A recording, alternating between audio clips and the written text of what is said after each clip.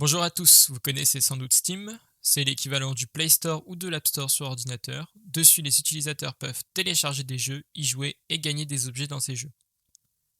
Les objets sont alors pour la plupart vendables et échangeables, et c'est sur la façon dont Steam gère les échanges entre utilisateurs que l'on va se concentrer aujourd'hui. Certains objets peuvent valoir jusqu'à 560 000 $, il est donc important de pouvoir garantir la sécurité des échanges entre utilisateurs. Steam utilise trois conditions essentielles. Premièrement, le chiffrement des communications, ensuite le hachage de la transaction, et pour finir, la signature des utilisateurs sur ces échanges.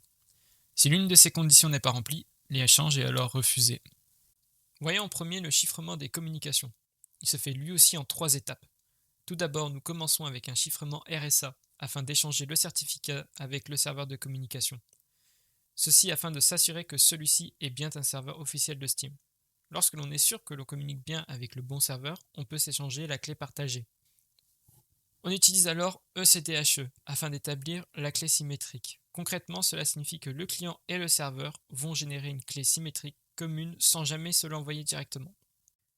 Mais alors comment cela fonctionne? Tout d'abord, comme le nom l'indique, on travaille sur une courbe elliptique définie par une équation du type y carré égale x au cube plus ax plus b, tout ça modulo p. C'est le type de courbe que Steam pourrait utiliser, où p, a et b sont des paramètres publics, fixes et connus à l'avance. Ils sont souvent choisis via des standards connus comme SECP256K1 ou P256. On utilise aussi un point générateur G qui lui aussi est public, mais on verra son utilité plus tard. Une fois que l'on a notre courbe et nos paramètres, le client et le serveur vont générer leur clé privée que l'on appelle PA et PB. Cette clé n'est pas partagée. Les deux vont alors pouvoir ensuite calculer leur clé publique, donc P grand A et P grand B, avec la clé publique qui est égale à la clé privée point G, et pareil pour le serveur qui aura donc sa clé publique qui sera égale à sa clé privée point G. Détaillons un peu le calcul de P public égale clé privée point G. PA.G n'est pas juste une multiplication, on détaillera cela plus tard. G, le point générateur que l'on a vu plus tôt, est en réalité un point sur la courbe elliptique. On va prendre par exemple G égale 0, 1. Pour la clé privée A, on va la générer aléatoirement, et donc on va prendre le chiffre 13 par exemple, qui donne en binaire 1, 1, 0, 1. En réalité, la clé privée est bien plus longue, mais on va faire plus petit pour cet exemple. Les autres paramètres A et B vont servir eux à définir la courbe et donc à calculer avec notre point G. On prend maintenant notre résultat R égale 0 et on va pouvoir commencer. Pour ce faire, on va utiliser la méthode double add. Cette méthode consiste à faire autant d'itérations qu'il y a de bits dans la clé privée, en l'occurrence 4 dans notre exemple, que l'on va lire de gauche à droite. Donc là, on commence par le premier bit qui est 1, on double R, donc c'est notre méthode double add, donc voilà, donc on fait le double de R, donc là notre R est égal à 0, donc il sera toujours égal à 0, et comme notre bit est égal à 1, on réalise l'addition, et donc pour ce faire, on ajoute le point G à notre résultat R, et donc là pour l'instant, c'est 0 plus G, et donc R est égal à G. Maintenant, on passe au bit suivant. Attention, il n'est pas nécessaire que le bit soit égal à 1 pour doubler. On double à chaque itération. Donc là, on va faire donc 2R, comme R est égal à G, on peut écrire 2G. Et comme le bit est égal à 1, on ajoute G, et donc on se retrouve à faire R égale 2G plus G, donc R égale 3G. Le prochain bit, lui, est égal à 0. On va donc juste faire la multiplication et pas l'addition. Donc on fait juste R égale 2 fois 3G, donc 6G. Et pour finir, le dernier bit qui lui est égal à 1, alors on fait tout simplement ce qu'on a fait déjà pour les deux premiers bits, R égale 2 fois 6G, donc 12G, et comme le bit est égal à 1, 12G plus G, et donc on se retrouve avec un résultat final avec R égale 13G. Et donc là, vous vous dites justement que 13 c'était notre clé de départ, et qu'il serait sans doute plus rapide de juste faire 13 fois notre point G. C'est que G est un point sur la courbe elliptique et que faire une addition elliptique demande beaucoup de temps. Et donc là, au lieu d'en faire 13 additions, on en fait juste 4, avec juste nos 4 bits que contient notre clé privée. Maintenant, mettons à l'échelle, car notre clé privée fait en réalité 256 bits, et si vraiment on n'a pas de chance, on devra faire au maximum ce nombre impossible à lire d'opérations, et même si chaque opération prenait 1 nanoseconde, il nous faudrait environ 10 milliards d'années. À titre d'information, la Terre s'est créée il y a 4,5 milliards d'années environ. Bref, revenons à notre exemple. Le R que l'on a calculé est donc notre clé publique que nous seuls sommes capables de recalculer à nouveau, car nous seuls savons comment a été réalisé le double add. Sinon, un hacker, lui, va devoir tester toutes les possibilités de 0 au nombre qu'on a vu tout à l'heure, ce qui est littéralement impossible. En tout cas, il n'y a pas d'autre façon de faire à ce jour. Les deux parties ont donc maintenant leur clé publique et clé privée. Les deux peuvent alors faire la clé de chiffrement chacun de leur côté sans se l'envoyer. Et donc là, pour la faire, c'est très simple. On va donc faire SA, donc notre clé de chiffrement, égale à notre clé privée à nous, point la clé privée du serveur, point G. Sauf que du coup, la clé privée du serveur, on ne l'a pas. Par contre, ce qu'on a, c'est la clé privée du serveur, point G, puisque c'est sa clé publique. Et donc, on va tout simplement pouvoir faire notre clé privée à nous, point la clé publique du serveur. Et donc lui, le serveur va faire exactement la même chose, mais avec notre clé publique que nous, on lui a transmise, puisque lui, du coup, va faire sa clé privée, point notre clé privée, point G, et du coup, au final, ça va juste donner sa clé privée, point notre clé publique. Les deux ont donc la même clé de chiffrement sans jamais se l'être communiquée. Voici un exemple d'exécution du programme. Ici, nous avons Alice et Bob qui ont tous les deux leur propre clé privée. À celle-ci, on retrouve du coup leurs clés publiques qui sont un ensemble à cause de notre point générateur G. On peut voir après du coup le secret partagé entre les deux côtés et la clé symétrique qui en découle. Vous pourrez retrouver l'exécution complète de ce programme dans notre rapport dans la section index. Vous y verrez à l'intérieur le contenu détaillé de l'algorithme ECDHE ainsi que la sortie que vous pouvez retrouver ici, qui est un résumé final de ce qu'on a dans ECDHE, et vous pourrez retrouver aussi en annexe le code associé à ces ressources. Une fois la clé symétrique générée, on peut enfin l'utiliser pour chiffrer des données. C'est là qu'entre en jeu AES, l'algorithme de chiffrement symétrique le plus utilisé aujourd'hui. AES est un chiffrement symétrique, la même clé sert pour chiffrer et déchiffrer. Il travaille par bloc de 128 bits et applique une série de transformations internes pour produire un bloc chiffré. Ces transformations se répètent sur plusieurs tours et combinent subbytes, une substitution non linéaire via une S-box, shift rows, un décalage des lignes pour diffuser les données, mix columns, un mélange mathématique par colonne, et add-on key, un XOR avec une sous-clé dérivée de la clé principale. Mais AES seul ne suffit pas, il chiffre un seul bloc. Pour traiter un vrai message, on a besoin d'un mode de chiffrement. Ici, on utilise le mode CTR, counter. On part d'un vecteur d'initialisation IV qu'on transforme en compteur. Ce compteur est chiffré avec AES pour produire un flux, le keystream. Ensuite, on fait simplement un XOR entre ce keystream et chaque bloc du message. AES GCM, c'est le mode moderne le plus utilisé, notamment dans TLS. Il combine deux principes, le chiffrement en mode CTR pour la confidentialité et un mécanisme d'authentification pour garantir l'intégrité des données. Ce mécanisme d'authentification se base sur la création d'un tag d'intégrité via l'algorithme GH. Si quelqu'un change un octet, le tag ne correspond plus et le déchiffrement échoue. Avec GCM, on a aussi ce qu'on appelle le AAD, des données non chiffrées mais authentifiées. Ça peut être un numéro de version, un identifiant de session ou un nonce par exemple.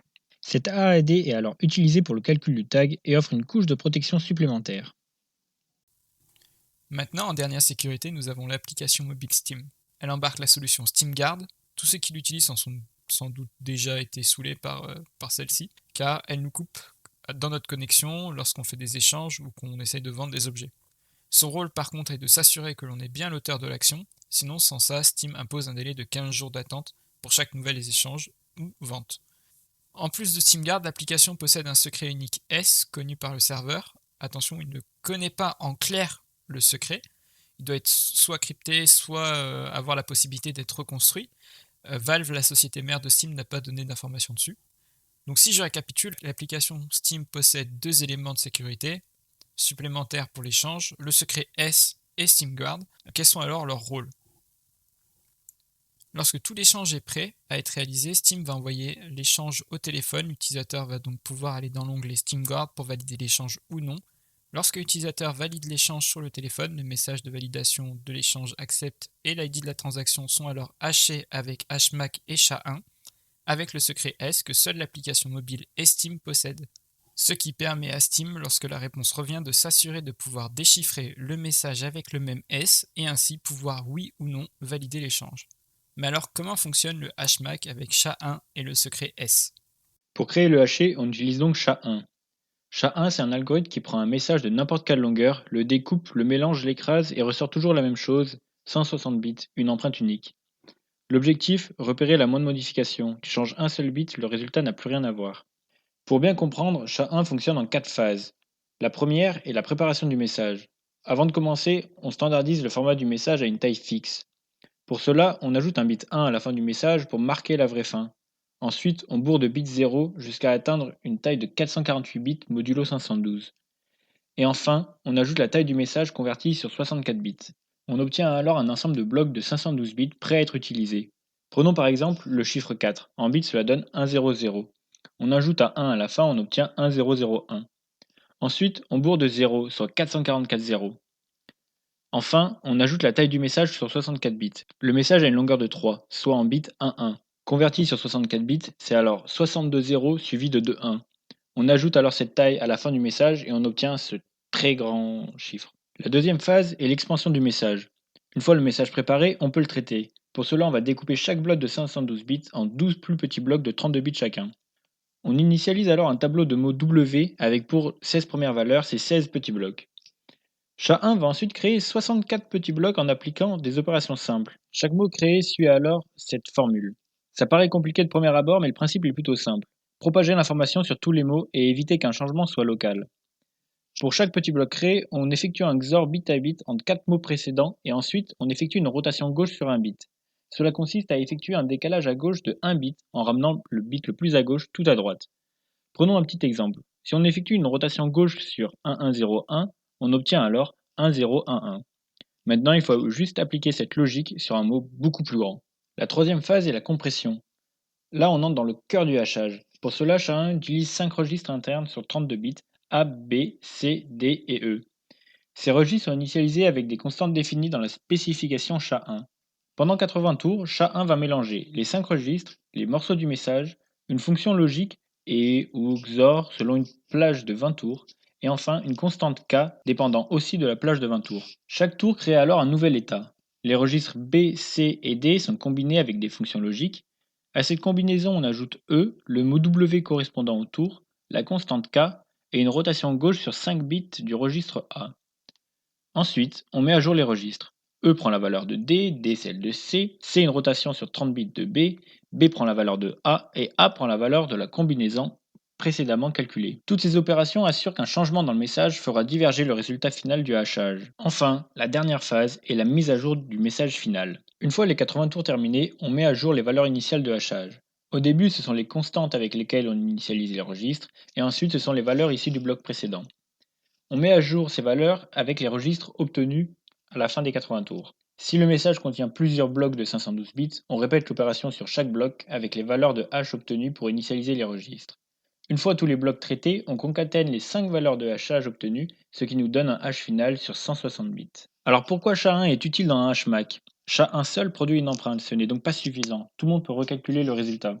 HMAC ajoute une clé secrète et utilise 2 fois SHA-1 pour garantir l'intégrité et l'authenticité. Mais du coup, comment HMAC fonctionne? HMAC prend 3 éléments, une clé secrète K, un message M et un hash, ici SHA-1. Puis il applique 2 hachages.